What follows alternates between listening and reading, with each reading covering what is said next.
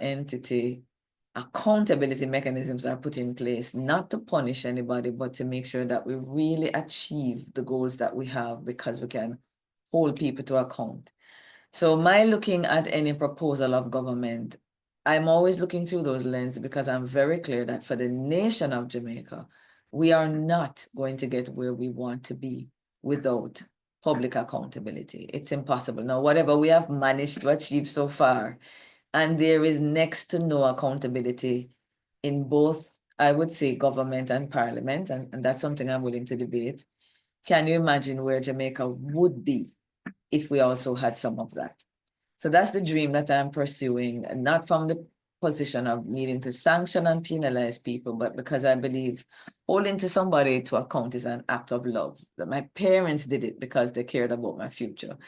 Your pastors did it because they care about your relationship with God and how you will respond to the thereafter. My teachers did it because they knew I had potential. So I have looked at the matter of the constitutional reform process through how are we going to improve accountability, because that means betterment in the parliament, betterment in government. And I think at the end of the day, that's what all of us want. Better public goods and services to support our lives so that we can live better lives and really develop to our best potential. And all of that has everything to do with the kind of services that the public sector provides. Now, it doesn't mean that that's the only thing I'll be talking about. I will be sharing with you all of the recommendations coming from the Constitutional Reform Committee process. But if time permits, and I hope it does, there's a very, very important point that I want to make, which is, what do the people of Jamaica want? So I'm going to start off with a little bit of sharing with you what JAMP did back in 2022 with different focus groups to share with you where were Jamaicans in terms of what they wanted. And then I'm going to share with you what I think is about 13 recommendations from the CRC. And then I'd like to make a very important point about how much of what the CRC is proposing has emanated, has come from, have sprung from the desires and the goals and the aspirations of the Jamaican people. Because at the end of the day, every Jamaican listening, the CRC is just that, a representative group. And so we have to weigh, I believe, whatever the committee has recommended to the cabinet, not so much as whether or not it's just a good idea, but what do the people of Jamaica want? Because it is still a democracy. And so if we find ourselves in a situation where good, bad, or in between, the process has been compromised, then even though you might think that the end in terms of what the recommendations are, but Jeanette, they're not so bad. I want to put it to you tonight that the process is important going forward.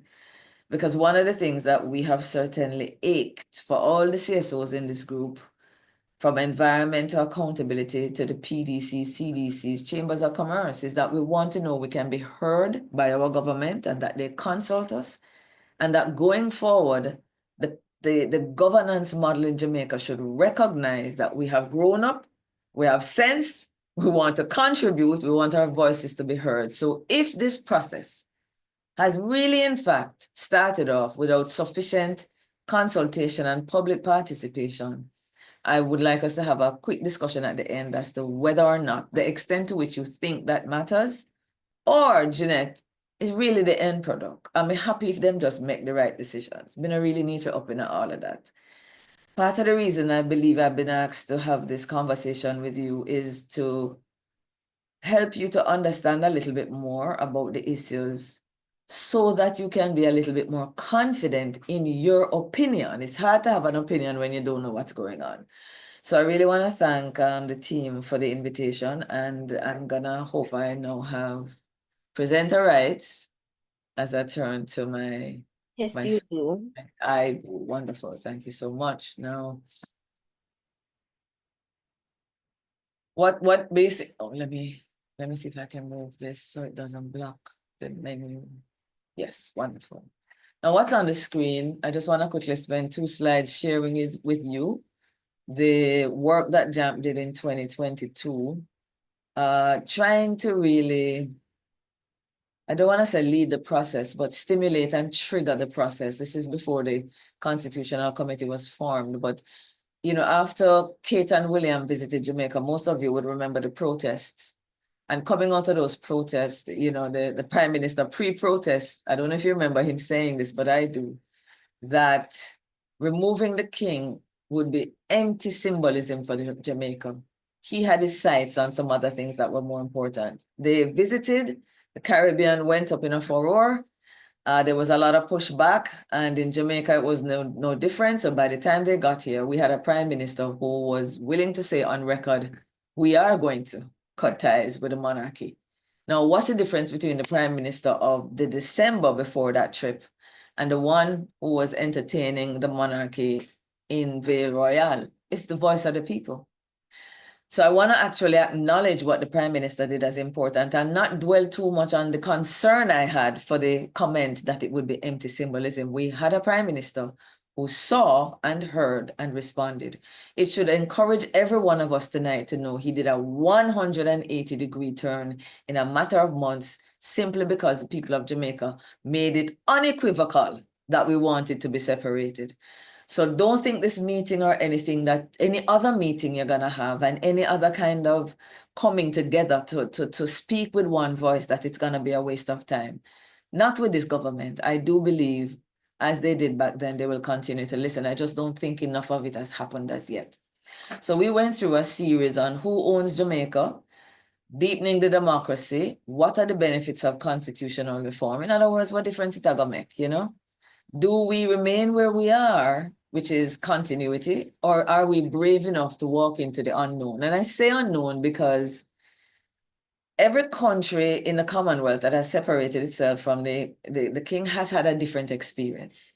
So we really can't look at Barbados or Trinidad and say, well, that's what's going to happen. It's going to depend on us. The Republic is simply a name that speaks to the fact that we no longer have a head of state who is king. But what is it really going to mean has to be deeper than that. And so I don't want you to look at any nation and say, okay, there goes where we are going. No, we, the people, are going to determine what that republic really looks like. So is it going to be continuity? Because we are right. We just need to get certain things right. Or do we go for change? We talked in particularly about power over our money, because let's face it, the money matters. The changes that we're seeing, the provisions the government has been able to make has come from fiscal responsibility. Money matters. But we wanted to explore, so we had a wonderful webinar with the Minister of Finance as to how can he accommodate more of what the Chamber of Commerce thinks or what CCAM thinks or JAM thinks in the budgetary process so that our views really become more meaningful as it is expressed in the policy called the budget. That was a fantastic meeting. If anyone is interested in it, I'd be happy to share that discussion because it's still relevant. And last, we looked at recall and impeachment. Simply because that is at the heart of what JAMP does. But for quite a long time, the Jamaican people have been very clear that we need to recognize that if we hire you, because that's what the voting is. Vote is a mechanism to hire 63 public officials every 4 to 5 years. My thing is that if we've hired you, then I am your employer. Or we don't really process it that way, but that is what it is. So they work for us. And like anybody in this room, if you're not meeting your task, you're not coming on time, you're not showing up for meetings, and I'm going to start call name, or if like Dr. Andrew Wheatley, you have not turned up to the office for more than 39% of the time for the last 3 years, you shouldn't have a job. I don't know how you feel about that, but that's what the record shows. From the day Dr. Wheatley left the cabinet, that's been it. He has not shown up to Parliament more than 40%. He's not ill. He's not sending much apologies, so he's marked as absent. It's a disrespect to his constituents, not to them alone, because we pay him, not them. And I believe that the government should give us some means of saying, you are operating substandard and we have to let you go. It doesn't have to be misconduct beyond simply non-performance. So we had a discussion as well. And the process has been well documented. We culminated. We had different members of the opposition and members of government joining us along these different series. They can, by the way, be found on JAM's website, because I know there are persons in here with a deeper interest and would be willing to, go back and listen to a 2-year-old exchange with our political leaders. You can find them there. And then we concluded with a really good session accommodated by our Minister of Legal and Constitutional Affairs at PBCJ, discussing the way forward. So what has transitioned since that meeting with the Minister of Legal and Constitutional Affairs and the Senator Donna Scott Motley, who would be the shadow minister at the time? Where have we been since? Well, promises were made then and promises have been kept. The minister indicated that they were going to have a committee, that the government was going to move speedily towards constitutional reform, and that we would be a part of the process in some way, shape, or form. Now, before I get into what has come from the commitments or the decisions or the recommendations, I just really want to clarify that that's what they are. These are not the decisions of the parliament. This is a committee that has consulted with the people to some degree and have put some recommendations to the parliament. So I want it to be clear from now, it's very important that we recognize that that cabinet report is just the beginning. There is still room for you to share with the CRC. Persons are still submitting their thoughts. So maybe after this discussion, you will have one paragraph. And I don't say that with any disrespect. I say that to encourage you because I have seen the submissions. I have actually done an access to information request for all. I have about, I think, 33 or 28 of them. And there are some where it's just a paragraph, Jamaicans. And they are disseminated and distributed for consideration. So don't think it has to be a report at home. If you have one issue, send it in. It will be disseminated to the committee members, and you'll never know what kind of difference it could make. So that's just to say that we can still engage the CRC, the ministry, because it not even reached Parliament as yet. Now, what I want to do right here on this one slide is I'm hoping this slide will inspire you. I'm putting myself on the line by telling you that's what I'm hoping for. And you can let me know at the end if it did or it didn't. But this slide inspired me. And so I'm hoping that there ain't nothing so special about me. I want to tell you 4 ideas that other countries have come up with in their constitutional reform process that demonstrates to us that we shouldn't have any limitation on our thinking. I believe we have. I believe JAMP has. I've recognized when I started to do some research on what's happening out there that there's so much more that we could ask for, that we don't make tiny incremental steps, but we can make big, bold steps like we did in 1944 and we did in 1962. What is before us now is not that bold. So let me tell you what these 4 points are about. And I'm sorry I don't have my notes about which country. I'm really just doing it by memory. But if you're interested, I can tell you which countries there are afterwards. But we have some countries who have literally in their constitutional reform process included the fact that consultation with the people has to be binding and required. For some of us who have tried to engage government and we recognize how difficult it is, and that a lot of the consultation is just box ticking and theater, and that's the truth. I've been in government and I was a part of that box ticking and box checking thing, a part of it. So it is the truth. There is actually a consultation code, I think from 2005, which really sets out how government is supposed to engage with you, especially if they're doing anything that's disruptive to your life, like a road coming in and it going run through your community and your house gone, and you want to make sure say you're consulted on it. Very little is known about that because hardly anybody follows that policy document. So how special it would be if in the Constitution of Jamaica, it actually has a provision that obligates the government in our Constitution to consult with us on some very key matters. What could those matters be? Well, for instance, I can remember in the Dominican Republic in number 2, in the DR, they have what you call pre-legislative consultations, including prioritization sessions. What are those?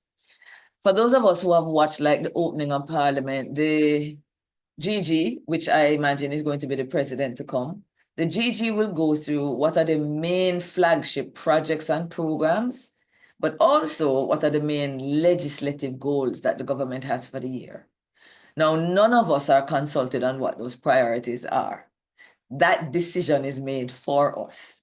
We're still stuck in a very paternalistic mode. We decide for you. I've heard the Minister of Finance, I've heard the Minister of Legal and Constitutional Affairs say, once you have elected us to govern, let us govern. That's our job. I find it deeply offensive, and I said it to the Minister of Finance in the nicest way possible. But what this country has recognized is citizens should have a say. It's a democracy. So here's what Parliament think is the most important legislation to be dealt with. But some of us might think in here it should be an environmental issue. Some of us might think it's the noise nuisance that we're suffering. Some might say the traffic man, we have to do something about the taxi drivers. That is what is robbing me of my quality of life. So in that country, they have a mechanism by which there is a greater and deeper level of democracy where the citizens get to help to prioritize. Number 3, independent senators and committee members. Now that might say, oh, Jeanette, but we've tried that. That's not so new. And as you will say in a few moments, that's in the recommendation to the committee.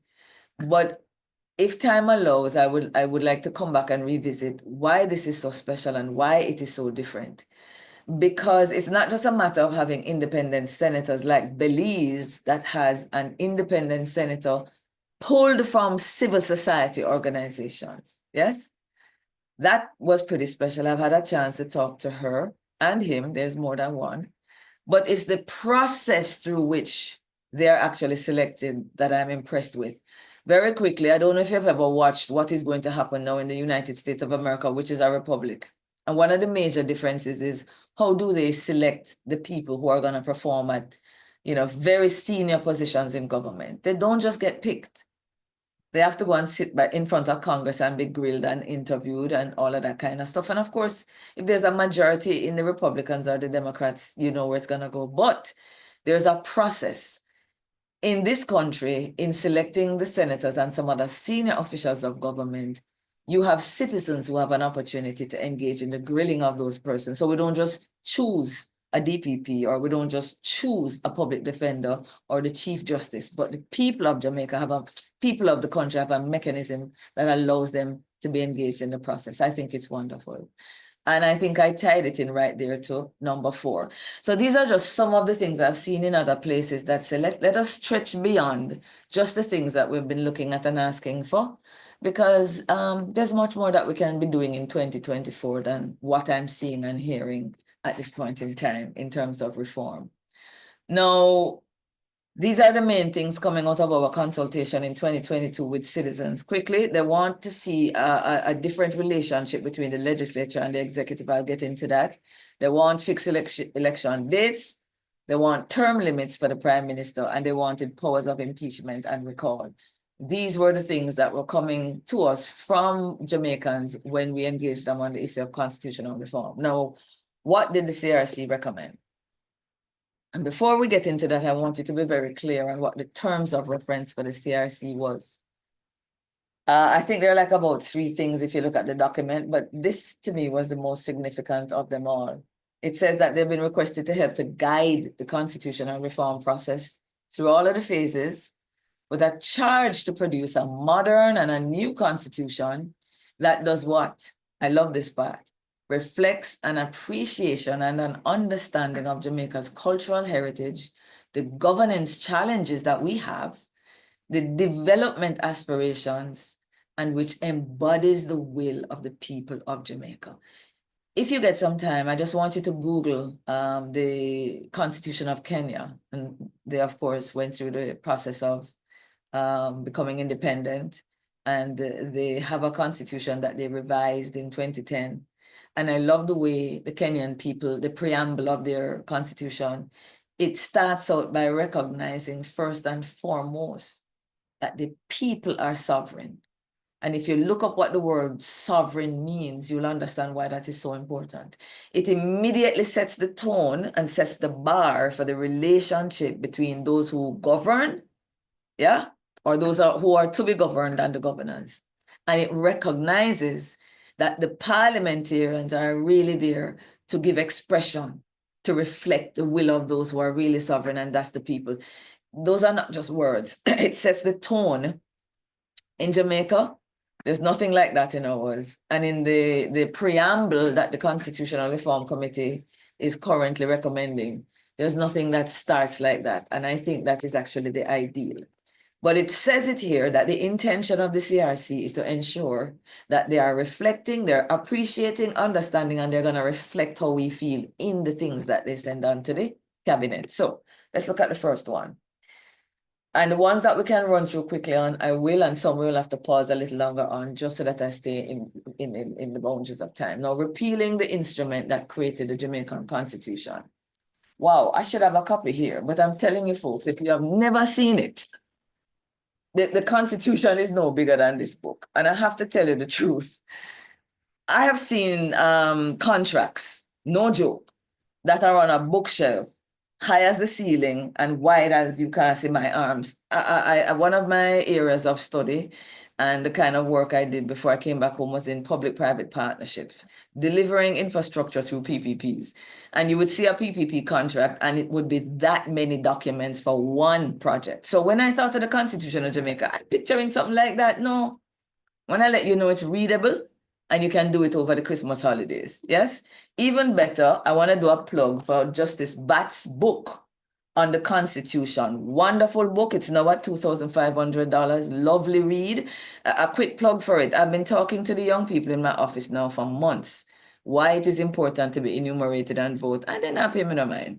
They listen to me. They say, yes, Miss J, I hear you. But then they're not moved. We started a book club in the office of just reading one chapter every week. And by the time they got to the second chapter of Justice Batt's book, they came to me and said, Miss J, we're going to enumerate. Wow. I need to actually write and tell him that. And later, if you want to know why, what is it, how it impacted them, I would be happy to. But they're going to repeal the instrument that created the Jamaican Constitution, properly known as the Ordering Council, very English, in 1962. And that's just an official thing that they have to do. More importantly, there is the Jamaicanization, as they call it, of the Constitution. But what is that, Jeanette? Jamaicanization of it. They ain't no Jamaican already? They said, no. We want when citizens, especially young people, open this, what they're actually seeing here are the things that we are saying are culturally appropriate. They want to put the motto, the pledge, the national song, the prayer, the symbols, the bird, the tree, the fruit, all the national symbols in it, the emblems, and to recognize it as a package. Nice touch, lovely big. Number three, most assuredly, is the abolition of the monarchy. They want to establish a republic, they want to replace the king, and they intend to do it with a non-executive president. Whew. Now, I'm sure you know there's a debate going on in the halls of public opinion, in the parliament, in the CRC, as to whether or not we, the people, should be able to elect our president, or should he pretty much be nominated by the powers that be?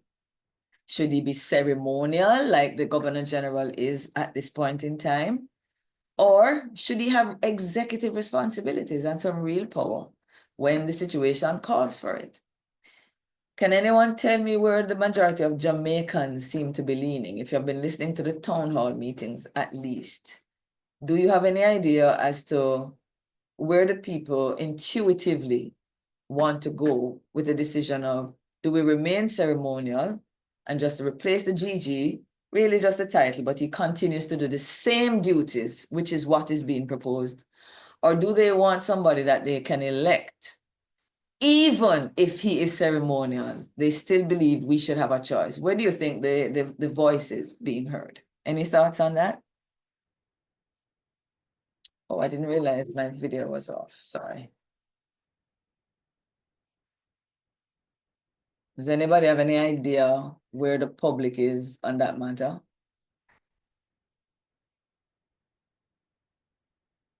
No. Well, they are decisively on the side of we want to vote.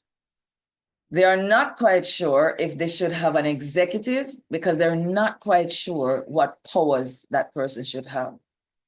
So they might be okay, they're saying, with the ceremonial. What they are not interested in is another figurehead. Well, I shouldn't say another figurehead, is another official that simply has been appointed on our behalf by the powers that be. At this point in time, as you can see from number 1, that is the proposal, that he or she will be nominated by the Prime Minister after consultation with the leader of the opposition, as is the case with so many positions currently in government. If there is no consensus, very importantly, what do? The recommendation is they go to the Parliament, and there are 2 proposals. One is that both houses will vote. The Senate will vote on its own, the House of Representatives, the lower house, on its own. But where the debate is, or where the reform committee has not come down, and I like the fact that they haven't come down, they're leaving the cabinet with an option. They're saying there are 2 things you could do. You could have a 2/3 majority in each house, or you can just go with a simple majority. You count the votes in the upper, count the votes in the lower, and we go based on what comes out of that process. The president's power is going to be, they're proposing the same as the GG. So whatever you know the GG to be doing now, that would be it. But there would be a term of 7 years initially. And you could go back for a second run, but it should not be any more than 5 years. They've also proposed a transition period because, as you can well imagine, somebody coming in, the GG is there. Let's ask him to stay around for a little bit as he hands over his position and his duties to this new president. That's the extent of the main points about the abolition of the monarchy and the bringing in a GG. Now, the only thing I want to say about this, again, with Jeanette's lens of accountability, I marvel at the fact that in the proposal, they have already set out how we could go about removing a president should that become necessary. Needless to say, 2 of the main reasons would be misconduct or non-performance. I'm going to tell you why that is so interesting in a moment, but just hold the thought. So they've addressed their minds to what the qualification should be and on what grounds, if we need to separate them from the job, on what basis would we do it and how. Beautiful. There are no comments on that. I will quickly move to the next. That has to do with the, oops, back in the wrong directions, sorry. I did number 4, again, my apologies. The next is a hot button issue for a number of Jamaicans who I would say pay attention at maybe the higher level than most citizens. And it's the concern about the relationship between the different arms of government. If we remember our civics, there are 3 arms of government: the judiciary. But let me start first with the legislature, who makes the law. And by the way, folks, when I say makes the law, don't think about law just like, the ones I mentioned before. Every public entity that has been created, there's a legislation to back them. So for instance, when we created the Integrity Commission, there's a law that had to be created that dictated how they function, what the mandates are, the limitations to the power, etc. So it is the legislature who literally creates government, right? The Parliament goes in and decides on whatever new office we need. That decision is made, the legislation is there, policy is there, money is allocated, go forth and conquer. So you have the legislature, then you have the government, the executive, and then you have the judiciary. The executive is there to execute the will of the legislature, the policies that the legislature come up with, the budget that the legislature has approved for the things we need for the next 12 months. But the judiciary comes in because even though the legislature has created the laws, funnily enough, as we have seen recently many times, the very legislature is compromising those laws, and the judiciary has to step in and do what? Interpret the law and determine what are the consequences should you find yourself afoul of that law. So if there's a debate even in the very parliament about what does the provision here mean, it's interesting that those who created the law have to go to the judiciary for the interpretation of the law and to determine whether the parliament itself is in breach of a law they created. So the retention of the current parliamentary cabinet system, the big debate, and I'm going to the heart of the matter, is, do we do like many of the other republics, like the United States of America, where you separate all three and put a big wall in between them? In Jamaica, that's not the case, and in most of the Commonwealth countries. We have a parliament, and somebody should finish the sentence for me. And in the very parliament where you have the legislature, you also have the executive. Now, why that has become a big issue, and for me, it's one of the biggest issues of them all, is you remember when we were having a conversation about police brutality and use of force, and the decision was taken by a former administration that police can't hold police to account. It goes counter to human nature. I don't judge them for it. It's just humans. Me know my brethren, we go police academy together. Me can't investigate you and hold it to account. You have to get an independent authority to do it. It's the same principle. In the very legislature that is supposed to be holding the government to account are sitting who? The very heads of the government.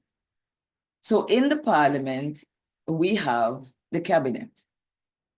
And in that very legislature, that cabinet has a lot to say as to what gets debated, what is put on the agenda, and therefore the issue of holding them to account is frustrated very easily. And I'm not here talking about the Jamaica Labour Party. This happens right across the planet, wherever we have this system.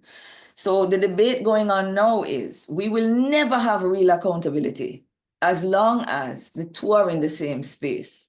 So do we go the route of separating all three? Well, the decision of the CRC is that we are not to go that route. They have said that they're not impressed, basically, with a number of other countries where they have done that. They are admitting that there are some real issues and governance challenges with our current system, but they seem to be saying it is the lesser of two evils. The question for us as Jamaicans is it really the lesser of the two evils? And shouldn't we engage in the discussion to share the extent to which we think it's impossible to get accountability in the current system, and we think we should give the other one a shot? The other one comes with problems, but which one is the lesser of the two evils?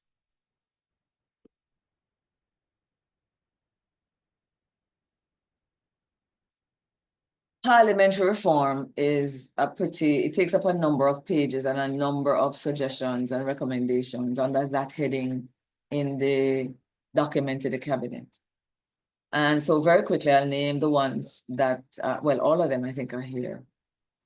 To remove the idea that Commonwealth citizens can be members of our parliament.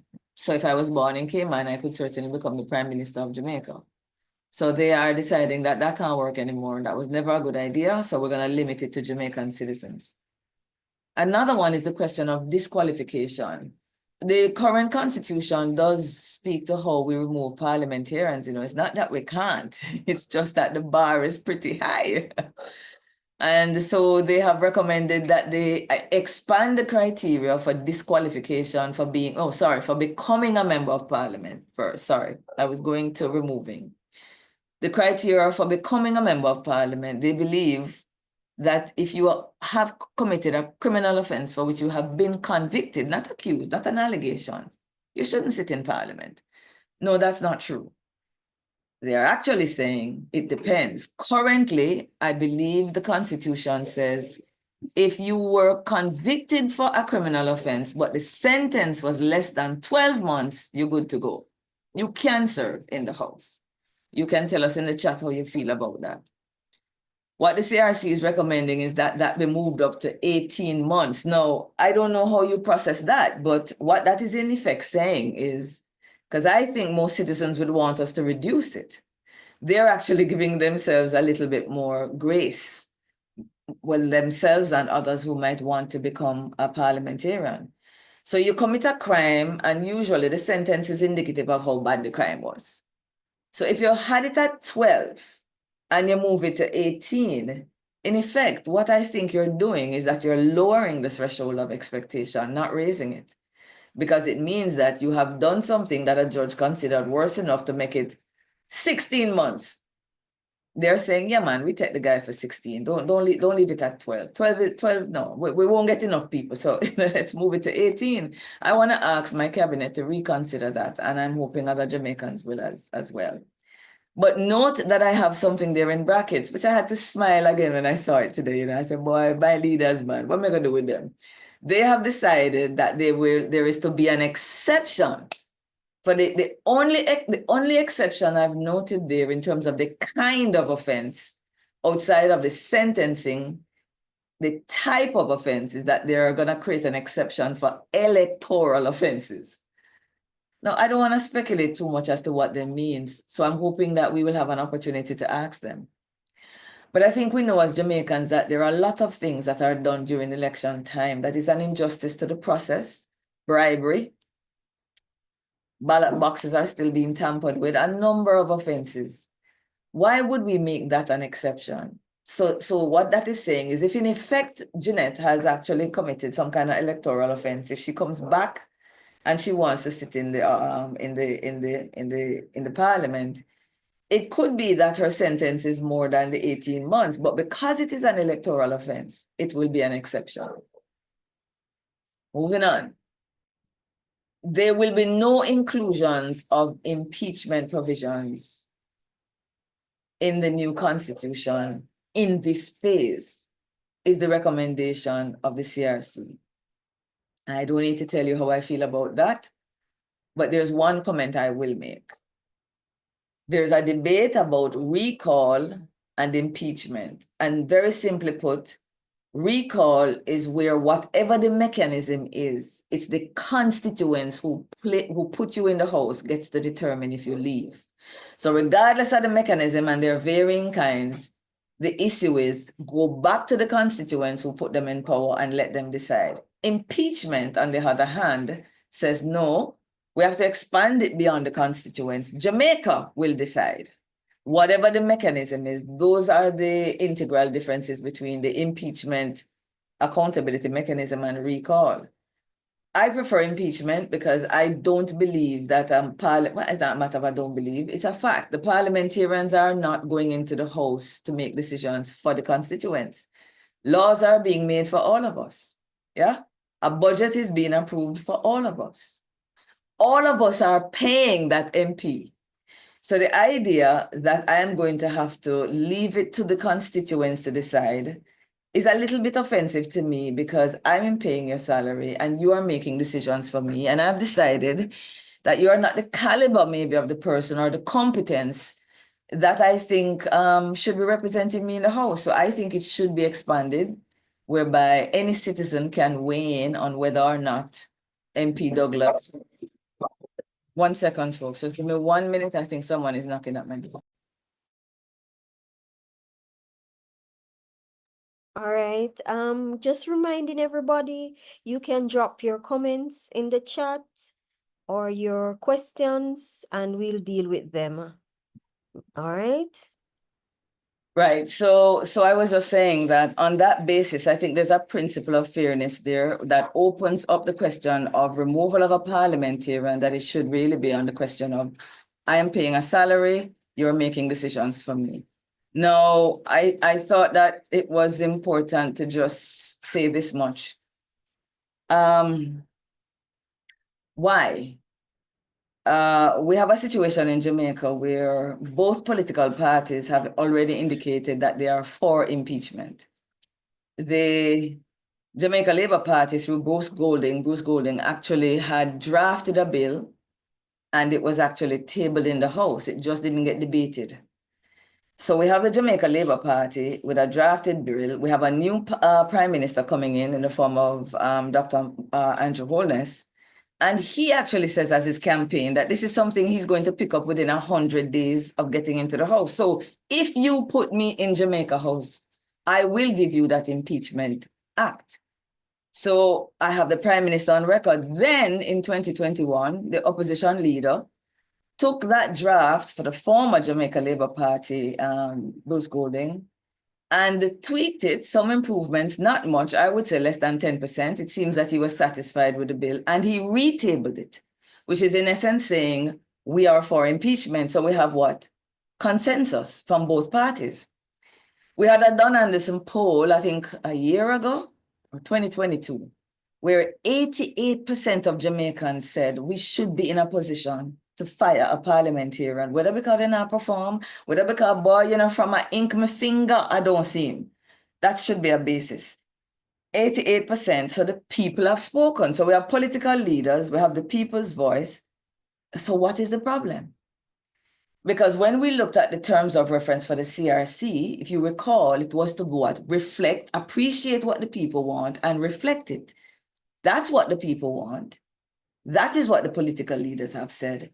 On what basis is this not in the recommendations going to the cabinet? That's a question that I have put to the minister. I've never gotten a good answer. And I want to say one more thing. Impeachment provisions currently exist at the local government level, as most of you from the PDC would know. I think it's section 19 of the Local Government Act. Mayors can be impeached. So at the local level, we managed to figure out a mechanism to hold them to account. But at the national level, why not? And last, the office of the president, which does not yet exist, but according to the CRC, should, they have already placed in that report recommendations to impeach the president. So follow me now to all 68 of us on this Zoom chat. The Prime Minister has agreed, the opposition leader has agreed. We have existing impeachment provisions for the local government leaders.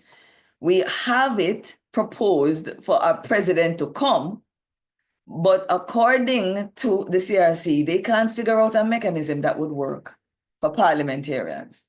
I don't know how that falls on you, but it doesn't fall well on me at all. But I thought it was important to let you know that it's not there, but not only that it's not there, that this is a matter that we really need to have stronger justification for why. No fixed election date. This is something that Mr. Holness promised in his election campaign of 2015. They have given a reason. I thought I would put it in quotes. It says, while recognizing that there are good grounds for the proposal to adopt a fixed election date, and I know this is one many people in the chambers of commerce and the private sector has been asking for. I'm not running a business, so it's not as clear to me as to why this affects them as much, but it obviously does. But they are saying that a precise and an inflexible date is going to be problematic in a small country like Jamaica now. I think the CRC should tell me why it's problematic in a small country like Jamaica. The report doesn't go on to explain. So when you have an opportunity for another town hall meeting, I think this is one of them that I would suggest you ask the minister or the members of the committee to explain what are the problems. I think we're owed that explanation. If the Prime Minister has made a promise, we've asked for it, and they are going contrary to that, you should tell us why. Don't just tell me there's a problem. Tell me what it is. Treat me like an adult, yeah? Now, another very interesting one is the extension of the life of Parliament. We had COVID the other day, and I think coming out of the experience, the CRC is saying that there could be a basis on which that this disaster and this threat, it might be necessary not to have an election, but to have an extension of that life of that administration, simply because, they have their hands on the wheel and it might not be in the best interest of the country to change a government in the middle of a disaster situation. Don't know how you feel about that, but the idea is you can't go for more than 2 years. And so that puts a cap on it of some sort. I would encourage you to listen to the Bruce Golding and the PJ Patterson's reflections on the CRC, on the constitutional reform process. And I think Mr. Golding had deep concerns over this one. I can't remember exactly what it was, but since I know of your interest, those are at least two publicly available presentations that I would highly recommend that you avail yourselves of.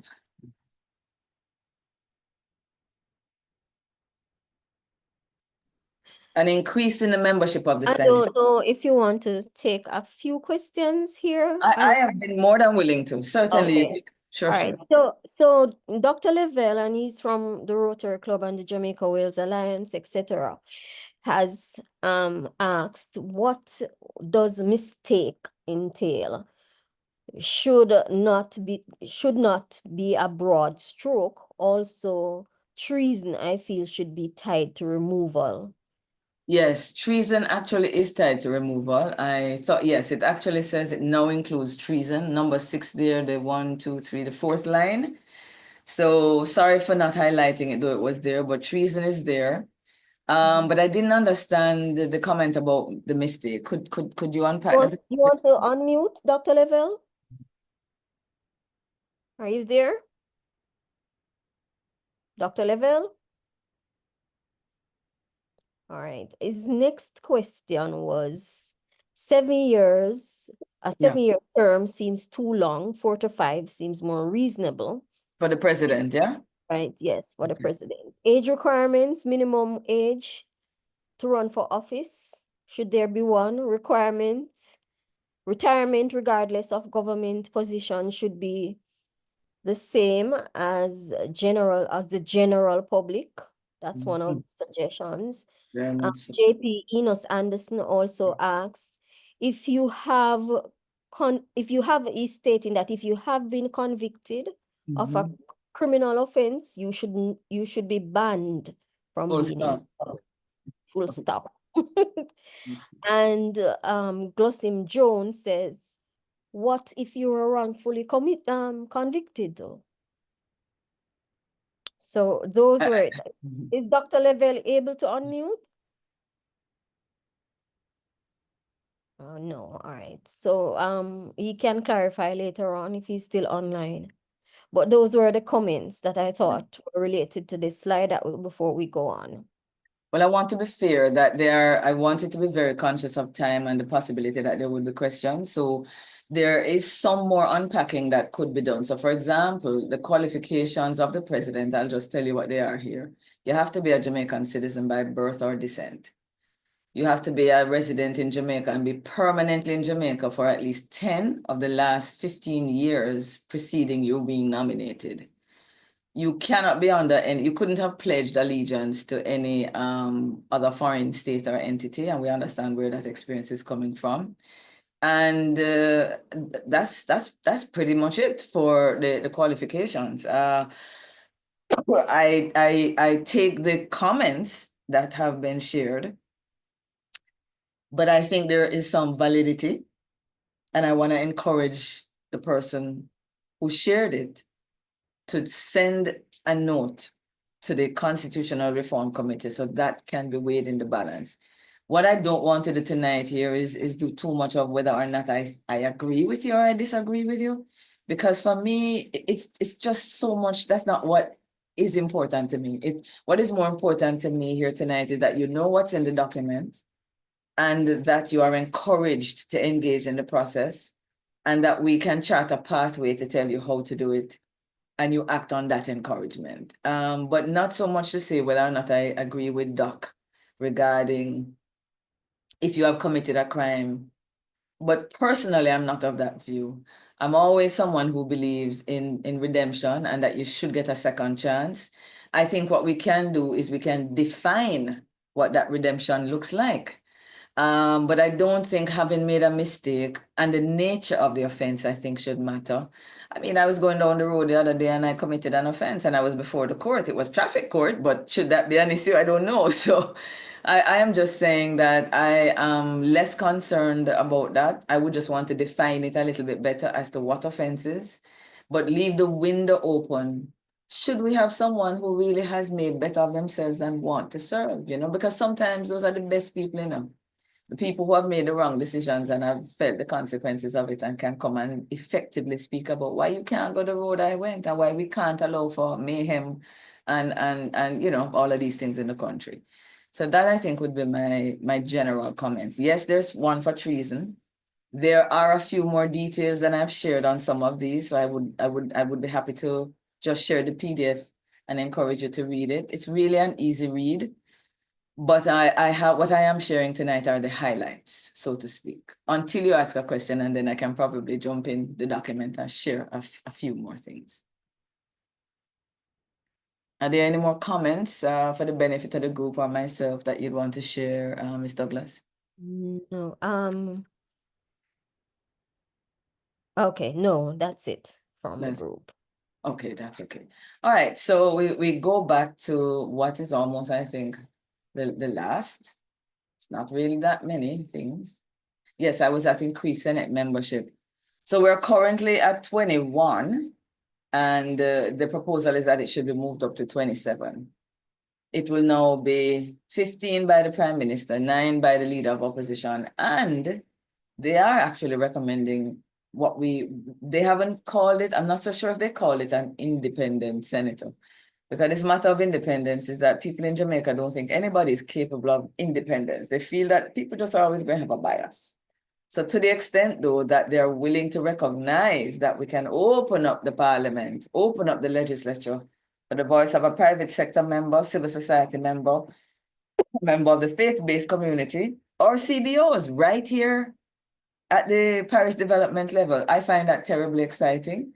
And I really want to applaud the CRC for being willing to pass that on, because that's about increasing where I started this evening, public participation, greater engagement. And I hope that that person would be a little bit more accessible to the people. Yeah. So their voices could come through that person a little easier than it currently is. Now, there has been no decision made about the changing, meaning how senators are removed. But there has been a discussion, and let me just say this because this is one I think you have to keep your eyes on. The committee hasn't been definitive, but this debate is going to come up. What is it? Do you remember when the opposition leader stepped down? That would be Dr. Peter Phillips, and the current opposition leader, Mark Golding, stepped up. And there was the news, the papers were carrying the question of, shouldn't this new leader be given the right to pick his own senators?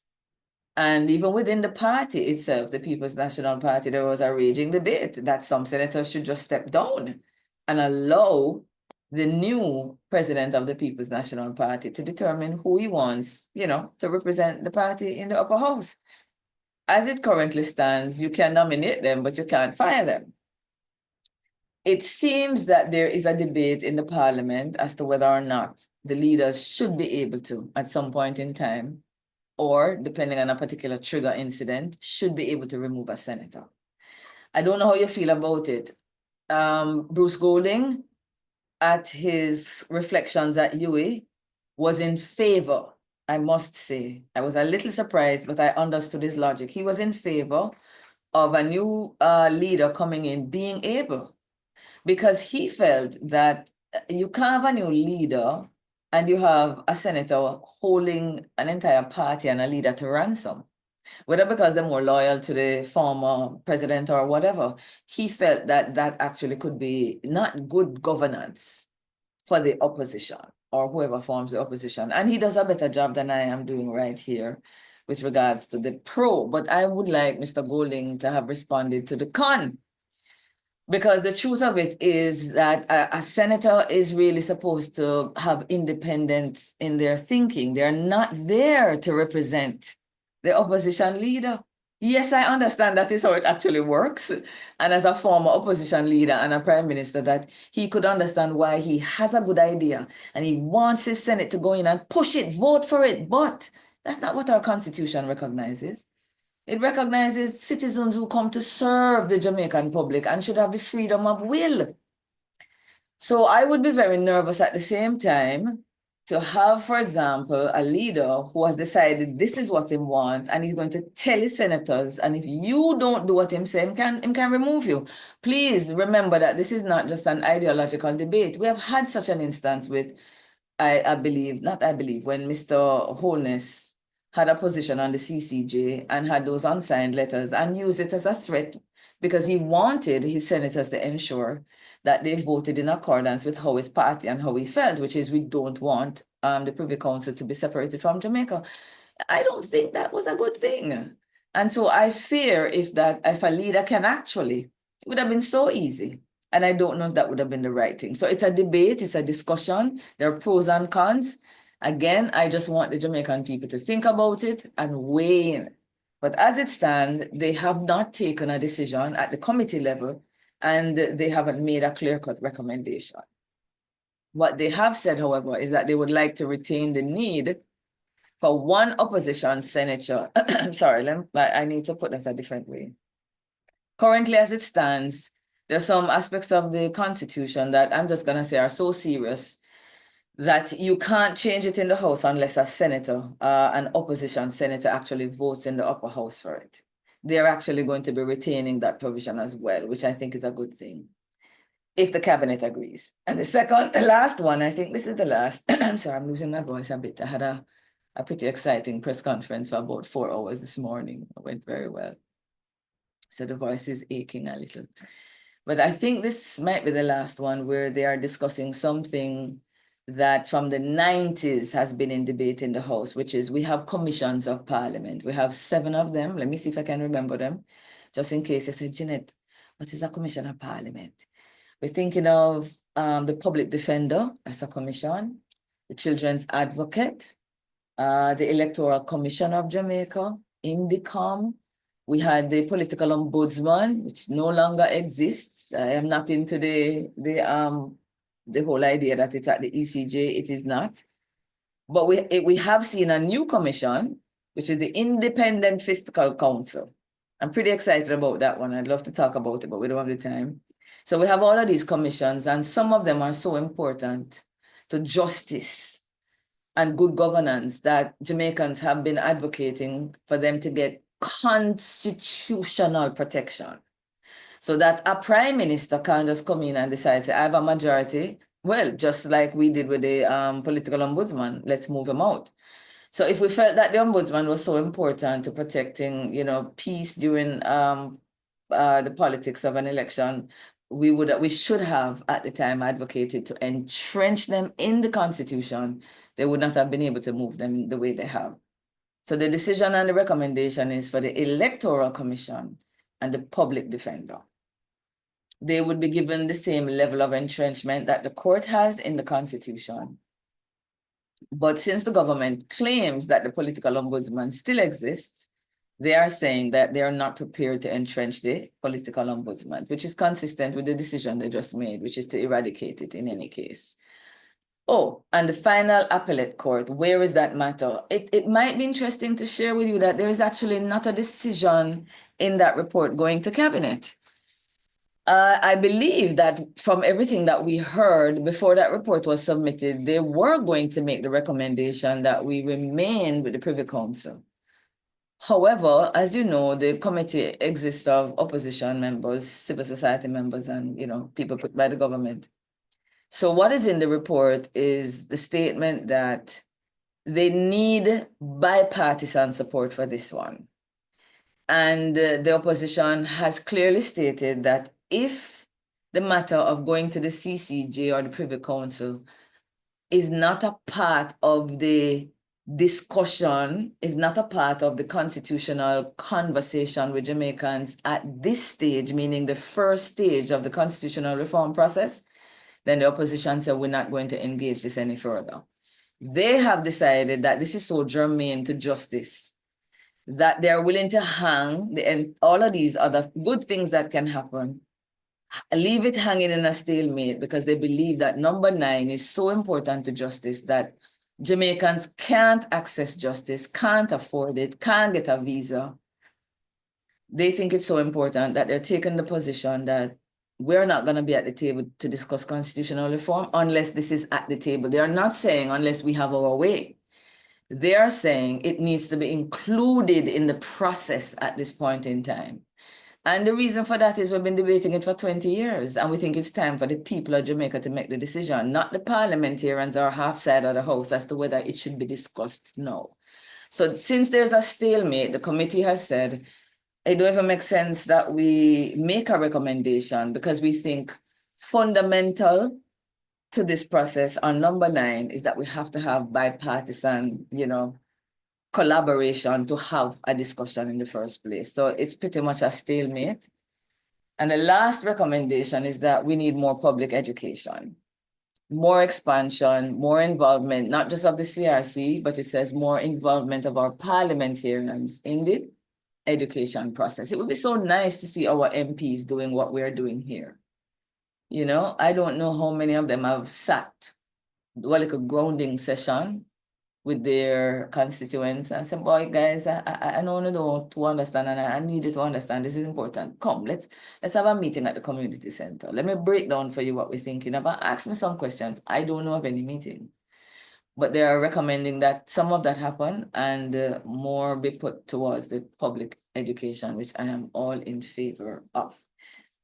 Now, are there any more questions that popped up or comments? If not, I have one last comment to make, but I'd like to pause here before I do, just in case there are any more.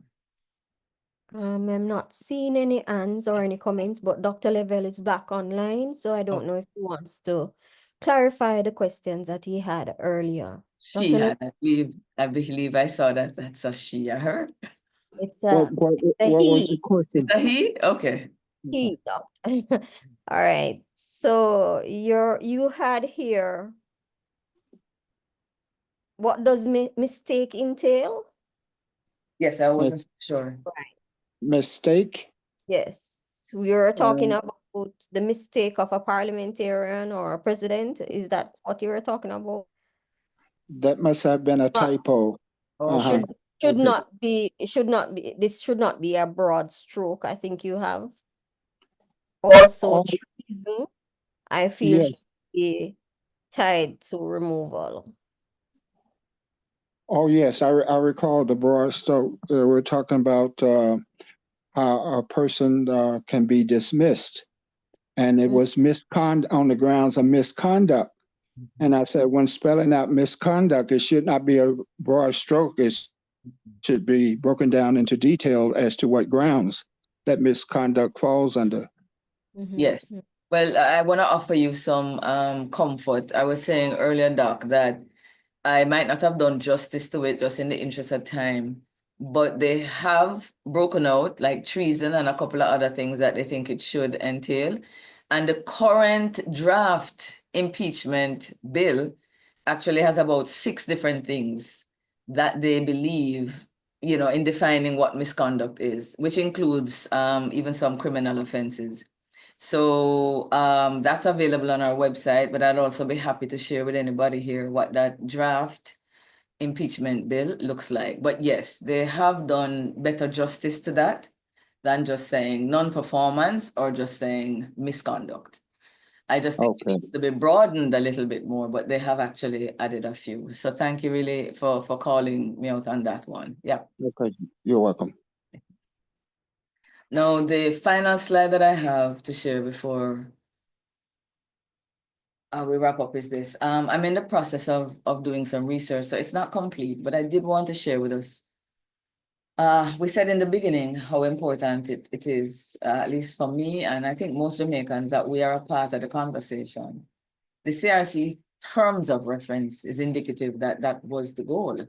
They were to meet with us, they were to consult, they were also supposed to draw on documentation of consultations that have taken place in the past. So for instance, back in the 90s, they did some major, impressive, thorough engagement with citizens. It's documented how the citizens felt.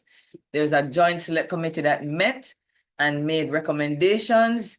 So the committee has drawn on things in the past and they've had some town meetings. And the idea is that they were supposed to not be representing their ideas as Jamaicans, at least not their ideas alone, because their ideas matter as well.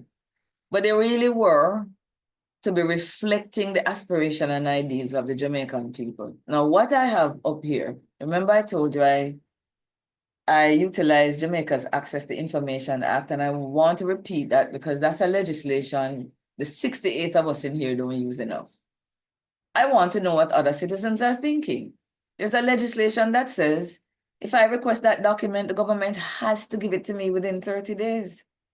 So this is one of the things that I depend on a lot as a civil society organization that holds government to account. This is how I find out, what have you done to fix something? Give me the documentation to substantiate what you have done. The law says you have to answer me. So happily, the ministry took no time at all. I was very impressed with the speed at which they responded.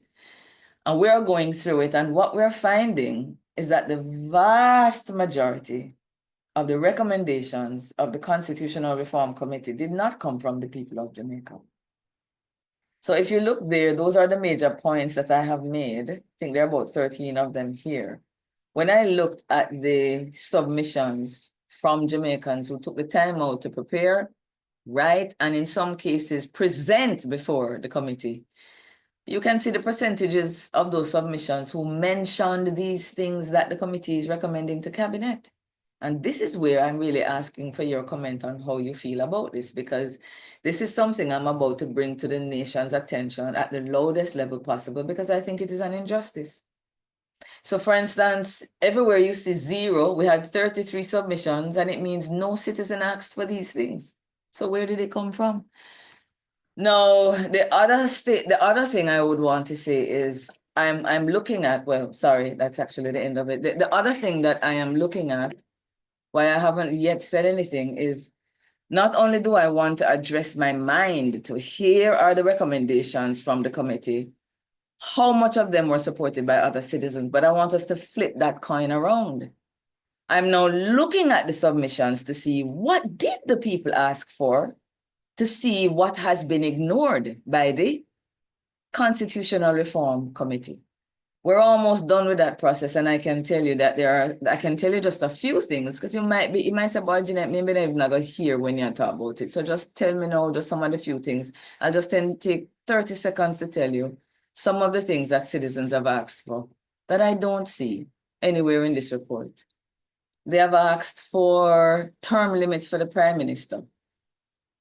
Fixed election came up here as even as something to debate, and they turned it down. You didn't even see it as a debate they turned down, but this is something that citizens have been talking about for a long time. The Prime Minister of Jamaica in 2015 said this is something he would also do. Term limits, it's not there. You also have diaspora voting. There are Jamaican citizens right here who think that if you're a citizen, you can vote, full stop, and can defend why they think so. Some say no. But to the extent that there are Jamaicans asking, term. to the extent that there are Jamaicans asking for it, the committee acknowledge it. Constitutional reform. I'm sorry, I didn't hear that. I thought that, I didn't realize. Go ahead, please. I think, no, go ahead, Oh, Jeanette. it's an open mic, yes. Somebody And the last one I will share with you is is the issue of which I'm not seeing here. Is they think there is more to be done as it relates to election campaign contribution, which is the campaign financing legislation that's in the ROPA Act, the Representation of the People's Act. There are citizens who have thought we have gone a certain distance, but we can still say it now work. So can we go further? And there's more. They haven't showed up, and I'm disappointed. And I'm disappointed because it is on the record that when we got the 1962 Constitution, I think there was a month given for citizens to make some kind of comments. 1 month. We never had Twitter. We didn't have social media. But 1 month for the country to respond. I don't even know if the news get to Montego Bay, and the period probably was over. So we had very little engagement then. It has been a bugbear for citizens, and they desperately wanted it to seem different this time around because we're 62 years old and it should be. And I'm here to say, and I'm comfortable with everything I've said being repeated. I'm very comfortable. I want it to be that there is an injustice that has been perpetrated by the committee based on what I'm seeing.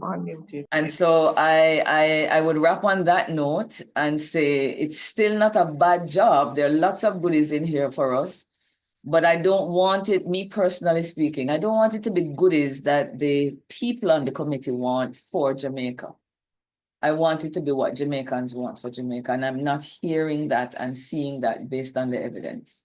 So I am prepared to go before the minister and say, Minister, this process will and come again. Thank you very much for your attention. I really hope that it was of value. I hope that it has given you something to think about. And again, as I started, I'm hoping that it has encouraged some of you, having heard what's gonna happen, but more importantly, also some things that you want, but you don't hear it happening, that you might decide to send one email to the CRC so that your voice can be heard. It's your country, it's our future, and we can't leave it. I saw a quote once, I will close on, it says, Politics is too important to be left up to the politician. And every time I say it, I get goosebumps because it's so true. So this is one of those things that should not be just left up to the politicians. And I hope that we will take the time to engage them going forward until we get to the stage of the referendum. Thank you very much, everybody. All right. I saw some thumbs up. I saw some clap hands. So I Thank you. think that the presentation was well received, but certainly you now have a chance. I don't know how much time you have to give us, but certainly you do have a chance now, members on the platform. Please go ahead and open your mics. Raise your hands, please, for order. If you have any comments, questions. Mr. Michael Ferguson JP says, what are the benefits of parting from the monarch? Were we enjoying any special privilege from the monarch? Yeah. So that's one of his questions right there. So it's something to think about. Yeah. But what I will quickly say is I think that's one of the bestest questions ever. Mhm.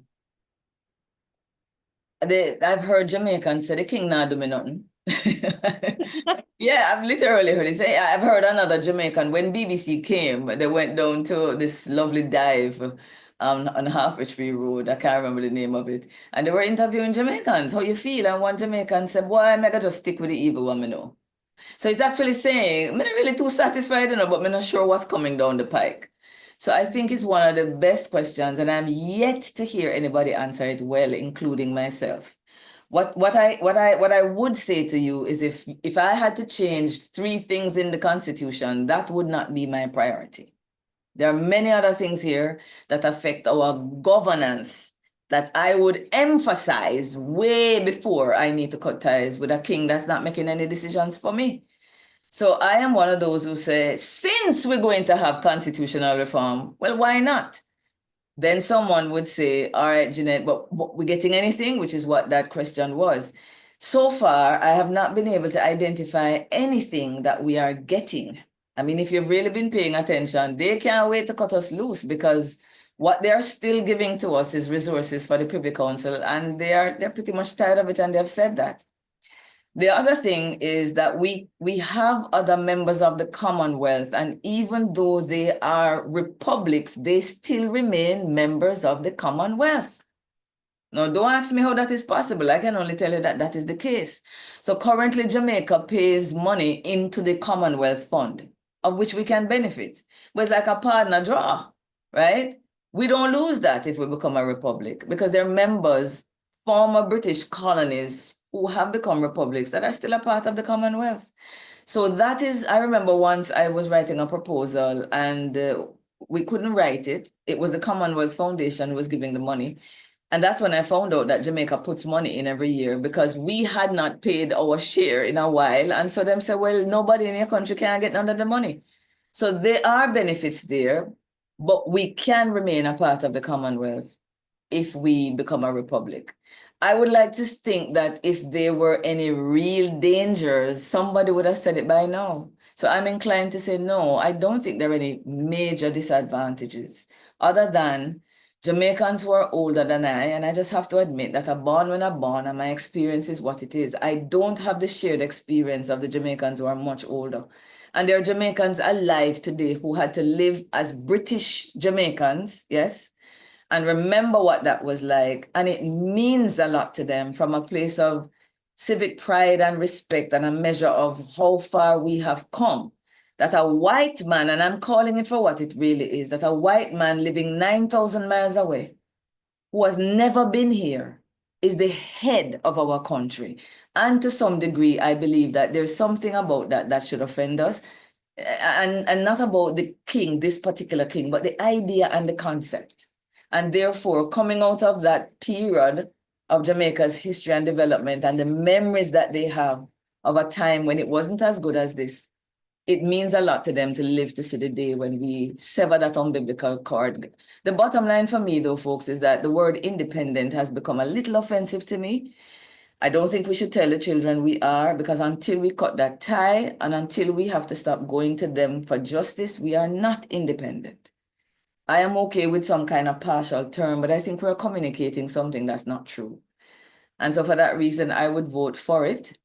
But I think we need to get better at communicating to Jamaica what are the benefits, not the disadvantages, but what are the benefits to governance if we go through this reform process.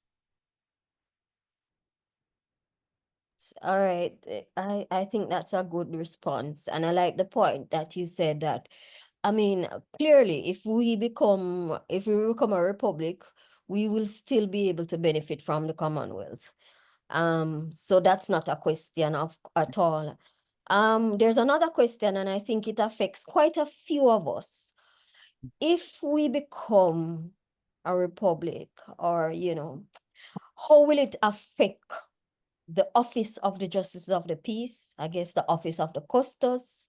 Yeah. How will it, has that been discussed at all, or should we be putting it Wonderful. on the table? Yeah, I love that today for the fact that I think I've attended just about every public meeting virtually, certainly, and physically to a certain degree. I've never heard anybody raise it. So I think that's a really good question.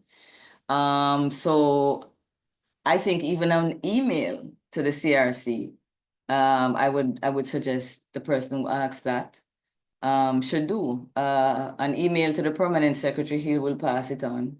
I've not heard that raised, and so I don't have an answer as to how relevant it is, because I think it sounds like we might change the name. Some folks might think that their names are so attached as appendages of the British system that they might continue.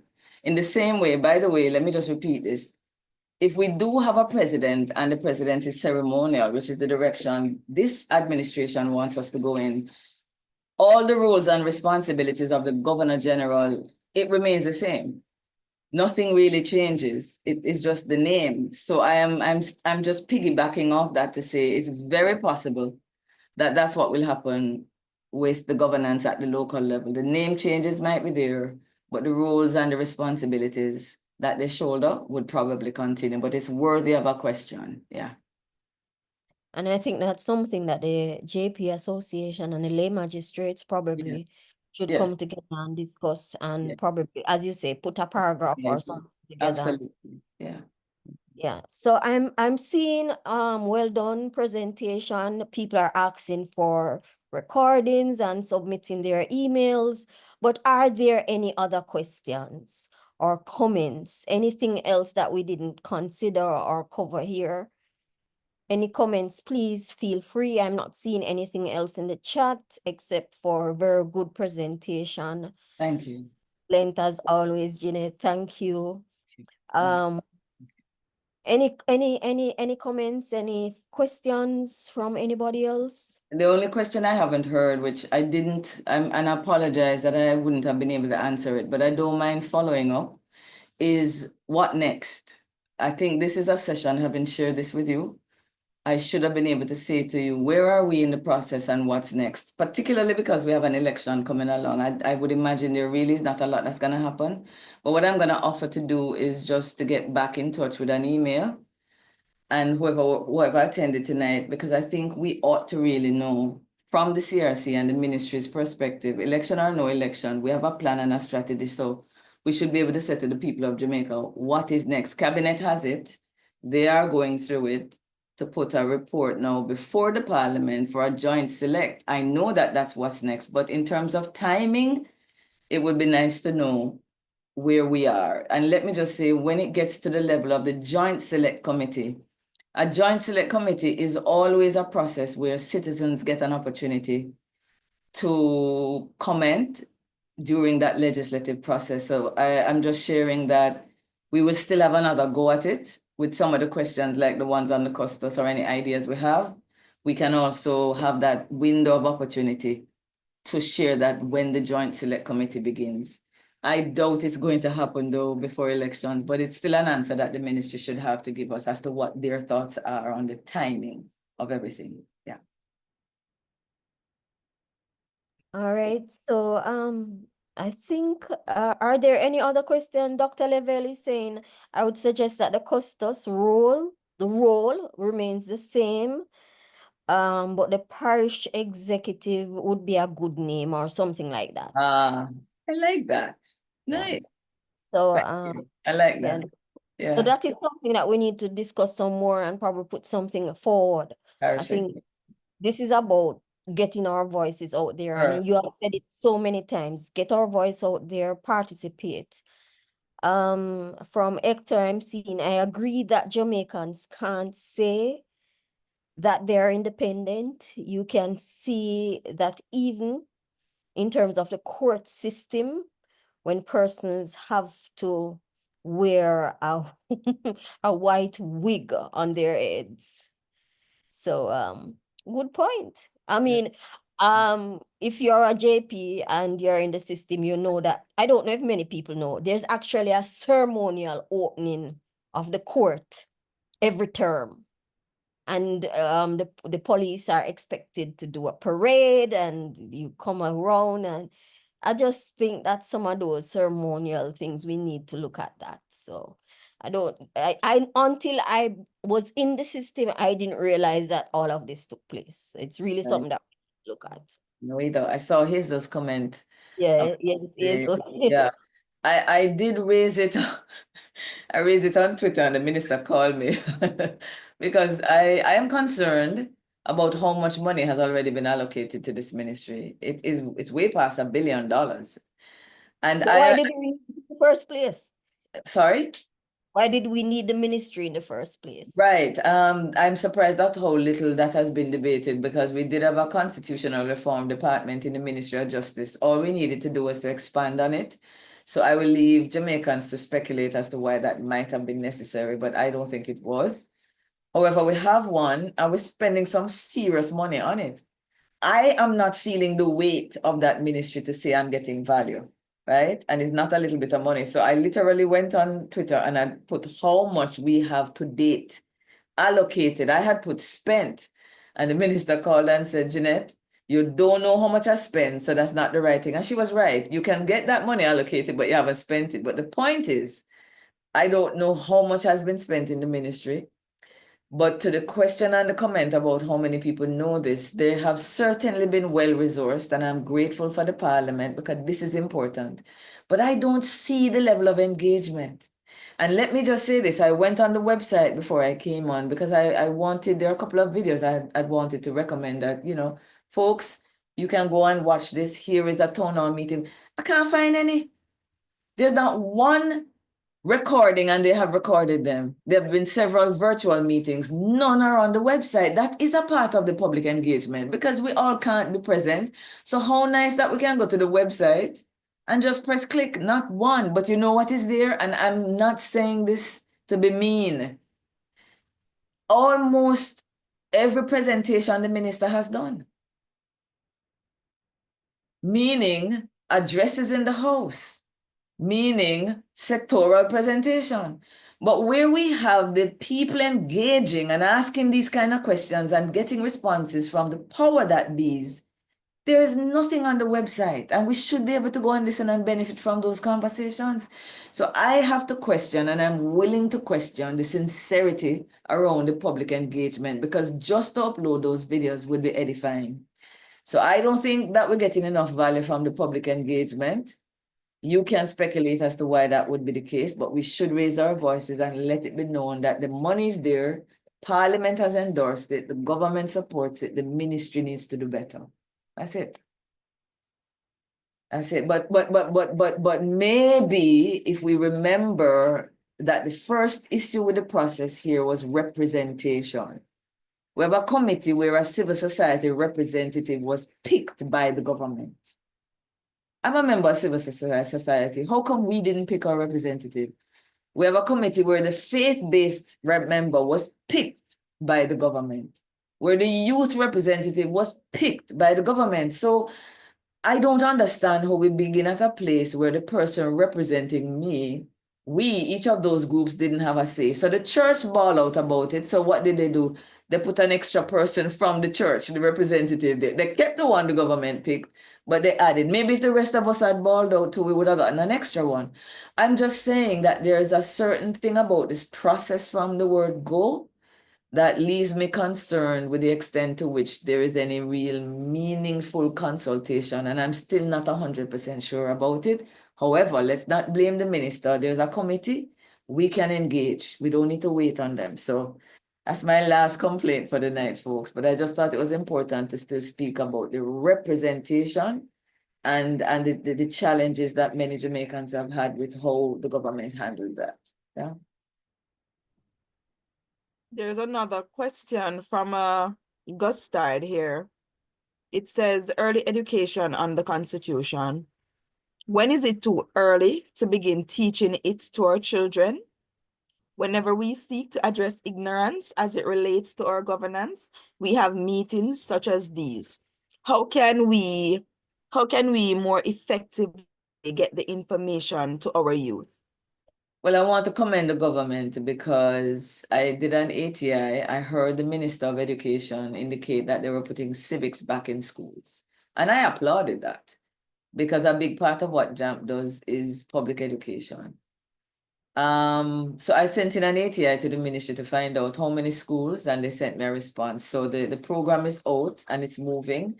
And I think that's where it needs to start. The fact that civics is going back into school is a big step. But I think that it's important for us to look at the curriculum, because I remember I got it before they removed it.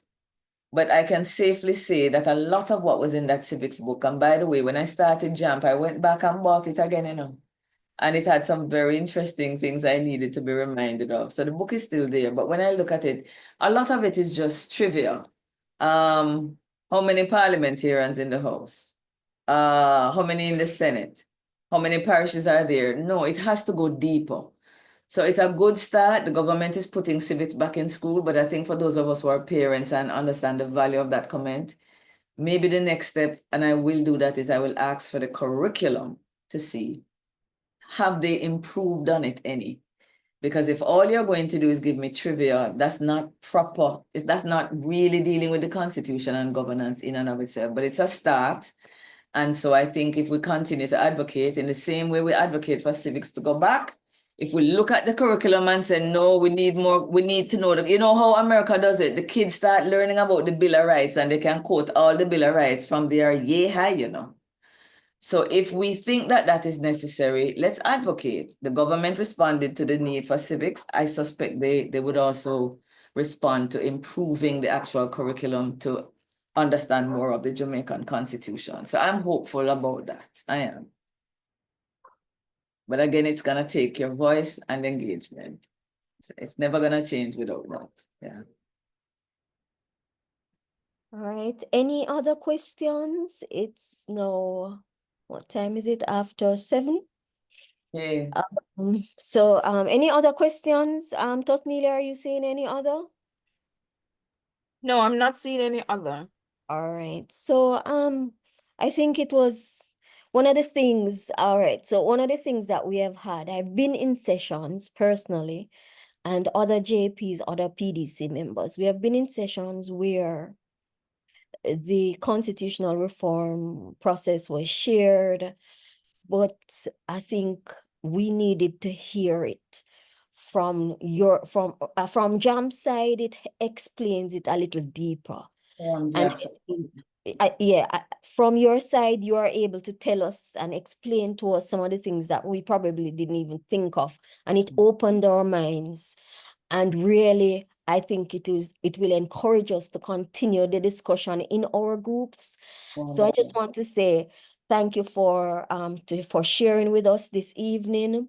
So on behalf of the Clarendon Parish Development Committee and all our partners, I extend my gratitude to you for the discussions this evening, and especially, for sharing your insight and your expertise. And noted in the chat, persons, you can go back and look the books that you recommended, the videos that you shared, the videos that you said that we could go ahead and look at. So for your own knowledge, improving your own knowledge, you can go back and look at all of that. And persons have been asking if we will share the recording. We're willing to share the recording. Drop your emails in the chat. Thank you, Jeanette. We really appreciate it, and we will be calling you again in the new year. I would be more than happy for that. More than happy for that. Yeah. Thank you We for having me. Yeah. we really want to wish you a wonderful season, you and your team at Jump. We Thank have you. worked together in the past and we are here. I know several of our team members have been trained by Jump in terms of, and I've dropped the Jump website in Thank how you. you can monitor your budgets, what it is that your MPs are doing. So look Thanks. at that wider role that Jump has. To the attendees this evening, I know it's the busiest season of the year, the most festive season of the year. Liz. Thank you for your presence. Thank you for sticking to us, sticking with it. I know some persons were saying, why are you doing it this again? But this is why I'm doing this again, because we need the discussion and we need to be able to contribute to the discussion. So thank you for taking time out of your schedule for participating in It this was a privilege, really was. And so I thank you. There are two things. When I stand up in church to talk before God's people, it's something I take very seriously. And getting a chance to talk to Jamaicans about the nation business, it's a privilege, Eureka, and I take it very seriously. And I appreciate the opportunity you've given me. And anytime you call, I'd be happy to, as long as I'm able. So thank you, really. We Appreciate will be calling. We will be calling. All right. Thank you, everybody. Great having you online. We wish you all a very happy holiday season. Please be safe. Please look out for your neighbors, look out for the vulnerable persons, look out for all those persons in our communities that sometimes we just overlook. We say them always did it, but remember that this is the season of giving, of sharing, and I just ask that we should just continue to look out for each other and be our brother's keeper.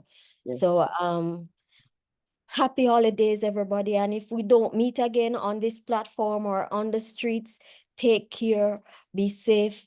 Thank you, Jeanette. Wonderful. Everybody have a great evening. Yeah. There's a hand up, Miss Douglas. There's a hand, okay. Mr. Dinal, Yeah. is it Mr. Dinal? Go ahead. Good evening, one and all. I was out, I came in late, so I just catch a part of the presentation, which is very much interested. Sorry, I did not catch all of it. I would love to get the recording. But as I heard you close a while ago, and you said that you shared in the church, I'm wondering if you ever get the church leaders together to share some of these information with them, that they could also share it among their church members. Yeah, I'm very happy to say, Dinal, thank you. I recognize the kind of representation. And, when you're an advocate and you want to reach people, you can't leave out the church. It would be folly. What is very heartening is that the umbrella group of churches invited me just about 4 weeks ago to come and do a teaching session, starting with the executives to explain, for instance, that report that came out on the Prime Minister. The church wants to understand the ins and outs, the pros and cons. So they asked us to come, unpacked it for them. They've asked me to come and do a couple of governance teaching sessions. And I did a budget workshop for the executive of the Jamaica Council of Churches the other day, which they really liked so much that they literally said, Jeanette, let's see if we can begin to open our church door, because we think all our congregants need to understand this. And I'm happy to say, Sion, once the church did that, went and spoke to our donor, we're starting next year in the different spaces. It's not about spiritual stuff. I have no argument with that. I'm a believer, but it's the church opening its doors come next year to Jam and saying, we want your workshops, we want more of what you have to offer. So I'm very pleased to say that the church has been responsive around governance issues, needing to understand it themselves at this level, but now the door for their congregants to get some more of this. So 2025, we're gonna dig deeper in that direction. Yeah. Wonderful, wonderful. Excellent. All right. And there's a local ministers at Fraternal that can call for, a presentation or two. All right. All right. So again, this is the final. So I hope there are no more questions or comments. If there are, you can feel free to shoot us an email or send a message in your respective groups and we'll deal with them. So all I can say right now is walk good, take care of yourselves. Good night. Good night. Thank you. Good night. Thanks much. Good night. Thank you. Bye. Good night, one and all. Peace be with you all. Happy holidays when it comes.